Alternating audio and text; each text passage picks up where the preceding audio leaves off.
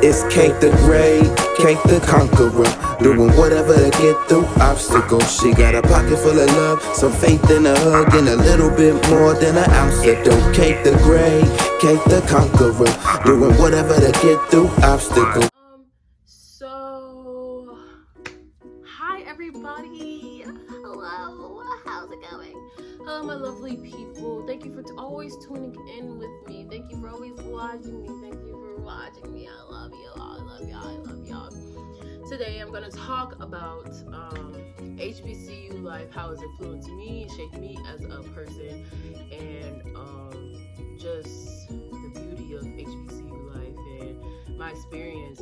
Over the weekend I had homecoming, and that was amazing, and I had a grand time, and I just want to talk about like how HBCU life culture and how it influenced and shaped me as a person, and my experience at Central State, and just HBCU life in general, because it's a beautiful thing. Like, if you are a young person or any person of age, and wow, this eczema is really itching, and you're interested in going to school, I suggest to go to HBCU, because bro, you meet some lifetime friends, and fuck a lifetime friends, you meet some family, bro. Like, you meet some family, bro. I will always thank Central State, because they shaped me into the woman that I am today, bro, literally. So over the weekend we had homecoming, and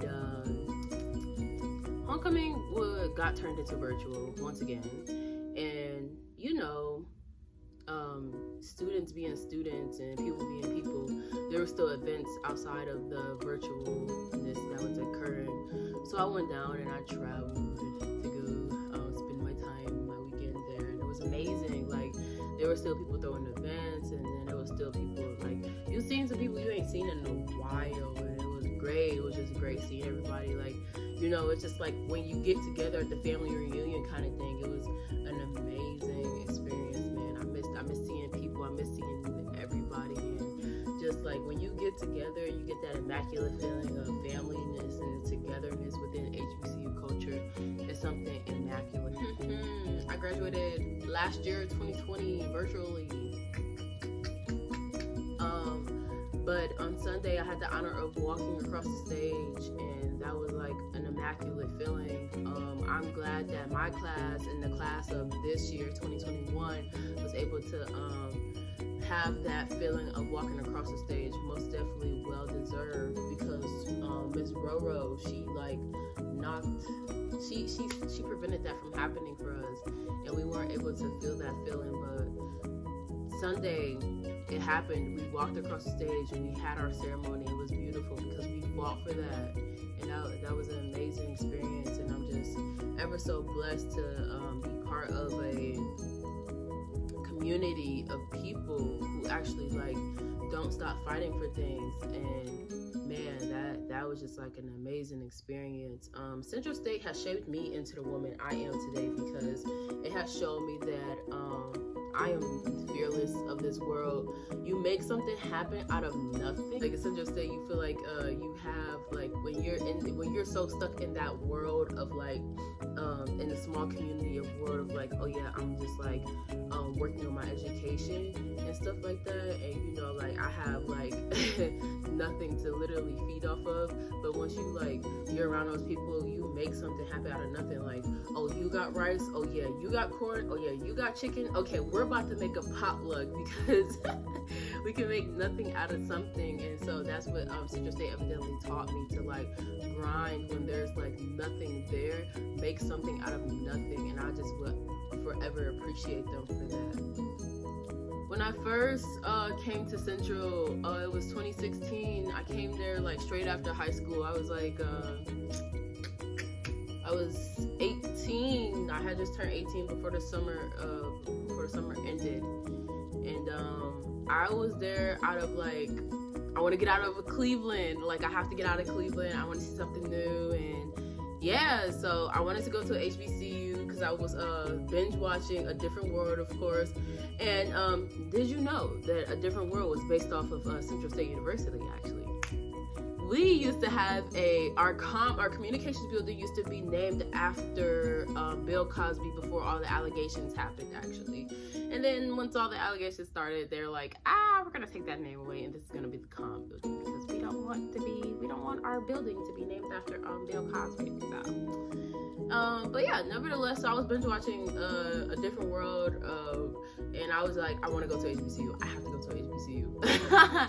And then I'm like, Central State is like far enough, but not far enough. So let me go to this HBCU. Let me experience his life and stuff like that. And when I first got there, man, I was like, bro, I'm in college, bro. I cried. My parents dropped me off. I cried. I was like, oh, my whole family, we all cried. I don't know why we get so emotional within like life events happening. We cried. Oh my gosh. If I have pictures, I swear I'm dropping them right here. Like, I'm dropping pictures, videos, everything. Like, I'm showing it all.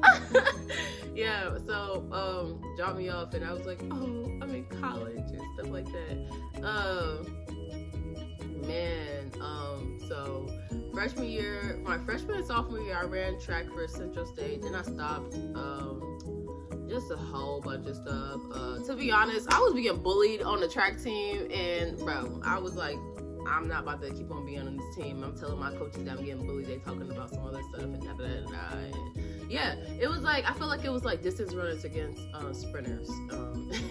To needless to say, but you know, so that's a whole nother story for a different day. But yeah, so then I think I found my people mainly within the band. Like, I love my band people, my choir folks, all the arts, I found all my people within the arts. If y'all know any Centralians, any current Central State students, we spent our times within Robeson. Oh my gosh, those times within Robeson. From smoking weed on the roof to people just, oh my gosh, the freaking hide and seek games on Robeson. Bro, people having sex in Robeson. Oh my gosh, it's so much stuff and so many memories within Robeson, bro. Like, that's just Central State for you, I swear. Like, and Paul Robeson, we have an auditorium on Central State's campus. There's a big head.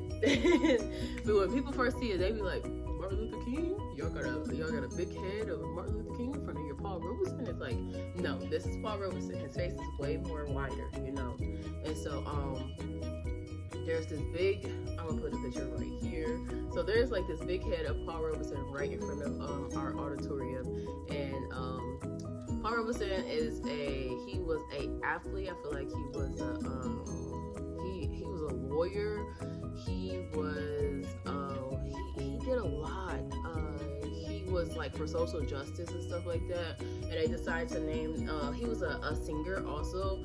They decided to name him after that building because, you know, he's the arts. Attending a historical black college, you're kind of put down because like there's PWIs, of course, and it's like, oh, your education is less than, and it's never that. With your experience at being at a HBCU, you're like, when you represent your school at events, or even when people come to your school, they automatically feel as if that, oh yeah, your education is less than and your degree is less than because you're at an HBCU because it's black ran and whatnot. And it's like, it's never that, because my degree is as much as good as your degree, if anything better, my love, you know. That's why you're taught perseverance and taught, like, you know, how to be, like, uphold yourself as a strong individual, as a black person, and within the society especially, because when they see that you went to a HBCU, on your transcripts or on your resume or anything like that, they will try to play you like oh, it's the HBCU, but because it's Black ran. And evidently, like, your education could, like, being at an HBCU also gives you connections too. But yeah, so that's why we learned perseverance, and that's how one way it shaped me, like, never allowing what anybody has to say about a HBCU affect you, because at the end of the day, you make it out of what you make the most out of it, honestly, and that's within any institution. But yeah, like, you meet some sincere ass people within the institution. I know I've met some family, and some people I call family, and some people that I will keep near and dear to my heart, that'll be invited to my weddings and invited to, like, next life events or anything. And anytime anybody that I went to school with is in Columbus and need somewhere to lay their head at, I am here, like, you know, kind of thing. So that's how, like, perseverance low-key was, like, portrayed in it. And then also meeting, like, lifetime family. I'm going to say lifetime family all the time because I just love them so much. Yeah, so recently, actually, when I was in LA, I was my flight had came early and whatnot, and so I'm in this group chat on Facebook, and it's like the ladies of CSU, and it's like alumna from, like, my year on down are up, you know, like people who graduated like the year I was born kind of thing, you know. And so I came there a week early, like a couple of days early, and I didn't have anywhere to stay. So I was staying in contact with everybody, like trying to see like what alumna was in LA at the moment. So I finally got in touch with an alumna, and her husband and her were both like alumni from Central State, like early they said, I think they graduated like the 80s, 90s, way before I was born, because I was born in 98. And so nevertheless, they gave me a place to stay. They gave me a extra bedroom and bathroom and everything, so I could like stay, you know, because they knew I was going to be there a couple of days early, because I traveled to LA for my grad program and whatnot. So I was there a couple of days early. They gave me some room to stay in, and I feel like that was always so meaningful to my heart. Like, this school that I went to, some alumni from my school that I went to gave me somewhere I could lay my head at, and I would always like love them for that. And then like I was just showing them the yearbook that I had. Like, I have a yearbook from the 70s and the 80s and stuff, and I was showing them that and whatnot. So it was just like a pleasure of like knowing that the HBCU that I went to, there was somebody there for me and gave me a place to lay my head at when I was just in a city on an early note kind of thing.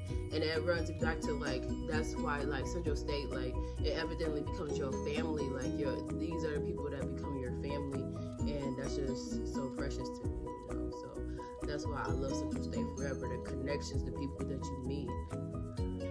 Oh, when you attend. No, so another thing is that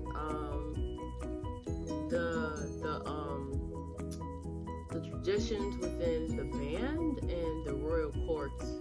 Royal court usually only runs within HBCUs, and it's about you know, your Mr. and your Mrs. of that particular university, and then you got your Miss, Senior, Mr., Senior, Junior, Freshman, all how those awards go. Then you got your homecoming queen and your homecoming king, and that commonly happens at all universities, I believe. But homecoming court is another thing, and organizations, and then there's the band. I think I spoke about the band because I'm my band folks. And then